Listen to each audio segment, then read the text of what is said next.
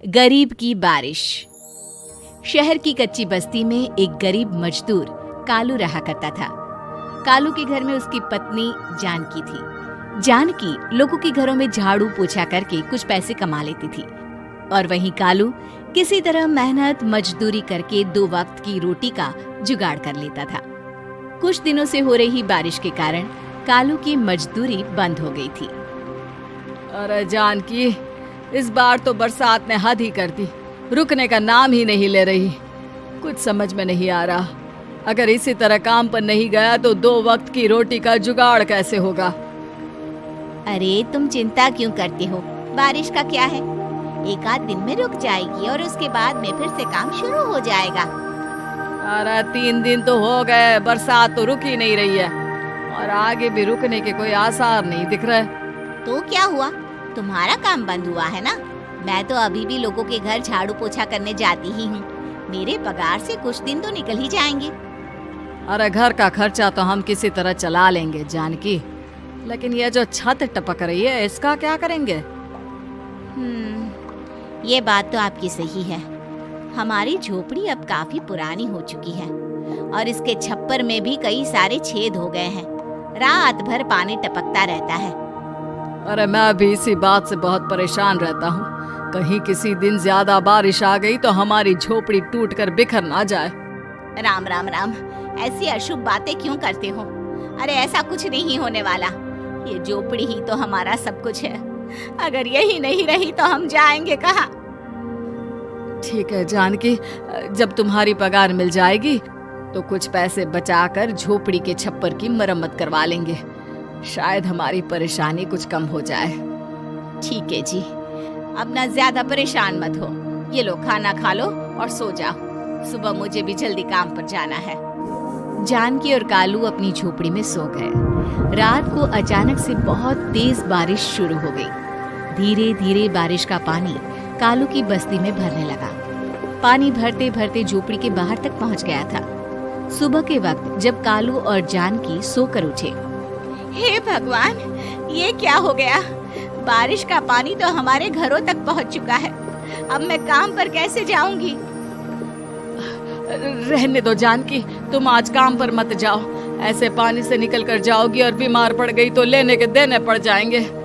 लेकिन अगर नहीं गई तो मालकिन लोग नाराज हो जाएंगे। आप जानते हैं ना, बड़ी मुश्किल से 1 दिन की छुट्टी भी नहीं देती है। अरे लेकिन जानकी, झोपड़ी के बाहर तो पूरी बस्ती में पानी भरा है, तुम जाओगी कैसे? जानकी जैसे तैसे करके काम पर चली जाती है, लेकिन अगले दिन फिर से बहुत ज्यादा बारिश होती है और बस्ती में ज्यादा पानी भर जाता है। आज तो मैं तुम्हें किसी भी तरह काम पर नहीं जाने दूंगा। अरे अगर तुम्हें कुछ हो गया तो क्या होगा? ठीक है, तुम ठीक ही कहते हो, आज नहीं जाती। अगर मालकिन नाराज हो गई तो मना लूंगी किसी तरह। अरे मनाने वाली क्या बात है? जब तुम बताओगी कि हमारी झोपड़ी में पानी भर गया है तो वो खुद ही समझ जाएंगे ना। अगले 2 दिन तक तेज बारिश होने की वजह से जानकी, कालू और आसपास की बस्ती में रहने वाले सभी लोगों के घरों में पानी भर जाता है, जिसकी वजह से जानकी काम पर नहीं जा पाती। और 3 दिन के बाद जैसे ही जानकी काम पर पहुंचती है, कहाँ थी तुम? पिछले 3 दिनों से काम पर क्यों नहीं आई? मैम साहब, क्या बताऊं, इतनी ज्यादा बारिश हो रही थी, हमारी पूरी बस्ती में पानी भर गया है और उससे भी ज्यादा तो मेरी झोपड़ी के अंदर पानी भर गया। आप ही बताइए कैसे आती मैं? इसका मतलब ये हुआ कि बारिश होगी तो तुम काम पर नहीं आओगी? ना ना, मेरे कहने का ये मतलब नहीं था मैम साहब। तुम जानती भी हो 3 दिन से कितनी परेशानी हो रही है मुझे। सारा काम मुझे खुद करना पड़ा। माफ कर दीजिए मालकिन जी, पर मैं क्या करती, आने के लिए रास्ता ही नहीं था, सब जगह पानी भरा हुआ था। बहाने तो तुझे बहुत बनाने आते हैं। जानकी देख, अगर अगली बार ऐसा किया ना तो फिर काम से हमेशा के लिए छुट्टी। अरे ना ना मालकिन, ऐसा मत कीजिए। बारिश की वजह से मेरे पति की मजदूरी भी छूट गई है। बड़ी मुश्किल से घर में 2 वक्त खाने की रोटी का जुगाड़ हो पाता है। आप मुझे काम से निकाल देंगे तो हम क्या खाएंगे? अगर इतनी ही चिंता है तो फिर रोजाना काम पर आया करो। चलो अब जल्दी से जाकर घर का सारा काम करो। बारिश रुकने का नाम ही नहीं ले रही थी। पूरे शहर में बाढ़ जैसे हालात बन गए थे। लेकिन नौकरी जाने के डर से जानकी किसी तरह रोज काम पर जाती थी। एक दिन जब जानकी काम करके अपने घर लौट आई तो अचानक उसकी बस्ती में कुछ लोगों का शोर सुनाई दिया। अरे लगता है बाहर कुछ हुआ है, मैं जाकर देखता हूँ। हाँ हाँ, पता तो कीजिए, ये बस्ती में लोग इतना शोर क्यों कर रहे हैं। बाहर जाकर कालू ने एक आदमी से पूछा, अरे क्या हुआ भाई, इतना शोर क्यों मचा रहा है? अरे क्या बताए भैया, अपने बस्ती के बाहर एक पुल टूट गया है और वहाँ पर एक कार फंसी है। थोड़ी देर में अगर किसी ने नहीं बचाया ना तो वो कार पानी में बह जाएगी। ये क्या कह रहे हो भैया, कार के अंदर कोई है क्या? हाँ, कोई औरत बैठी है, अकेली है, बहुत रो रही है बेचारी, मदद के लिए बुला रही है। अरे तो हमें जाकर उनकी मदद करनी चाहिए ना। अरे लेकिन इसमें बहुत खतरा है, हमें अपने आप को बचाना चाहिए। पानी कभी भी हमारी बस्ती की तरफ आ सकता है। अरे तुम्हें नहीं चलना तो मत चलो, लेकिन मैं तो जाकर उस औरत की मदद जरूर करूंगा।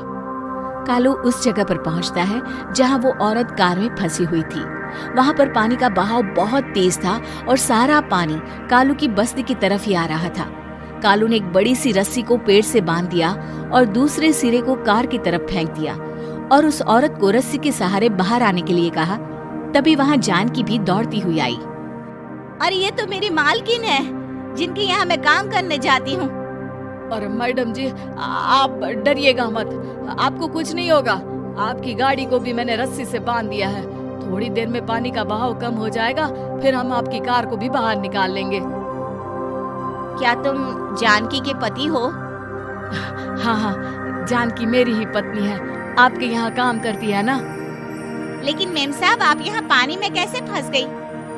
अब क्या बताऊं, मैं अपनी सहेलियों के साथ पिकनिक पर गई थी, वहीं से लौट रही थी। अचानक पानी का बहाव तेज हो गया और मेरी गाड़ी फंस गई। अरे कोई बात नहीं मालकिन, अब ना आप बिल्कुल सुरक्षित हैं। मैं तो बहुत बुरी तरह डर गई थी, कब से मदद के लिए चिल्ला रही थी, लेकिन कोई मेरी मदद के लिए नहीं आया। भला हो तुम्हारा पति का जिसने मेरी जान बचा ली। लेकिन जानकी, मैंने तुम्हारे साथ बहुत गलत व्यवहार किया। इतने खराब मौसम और बाढ़ में भी तुम्हें काम पर आने के लिए कहा, नौकरी से निकालने की धमकी भी दी, और तुमने मेरी जान बचाई। मुझे माफ कर दो। अरे कोई बात नहीं मालकिन, आपकी जान बचाना तो हमारा धर्म था। देखो जानकी, तुम्हारी झोपड़ी में जो भी नुकसान हुआ है उसके लिए मैं तुम्हें पैसे दूंगी। आज तुम्हारे पति ने मेरी जान बचाई है और आज के बाद मैं तुम्हें कभी भी नौकरी से निकालने की धमकी नहीं दूंगी। आज मैं तुम्हारी परेशानी को अच्छी तरह समझ चुकी हूँ। हम जैसे पैसे वाले लोगों के लिए अपने घर में बैठकर बारिश का मजा लेना बहुत आसान है, लेकिन तुम गरीब लोगों के लिए बाढ़ और बारिश काफी परेशानी खड़ी कर देते हैं। ये बात मुझे आज अच्छी तरह समझ आ गई है। आपका बहुत बहुत धन्यवाद मालकिन।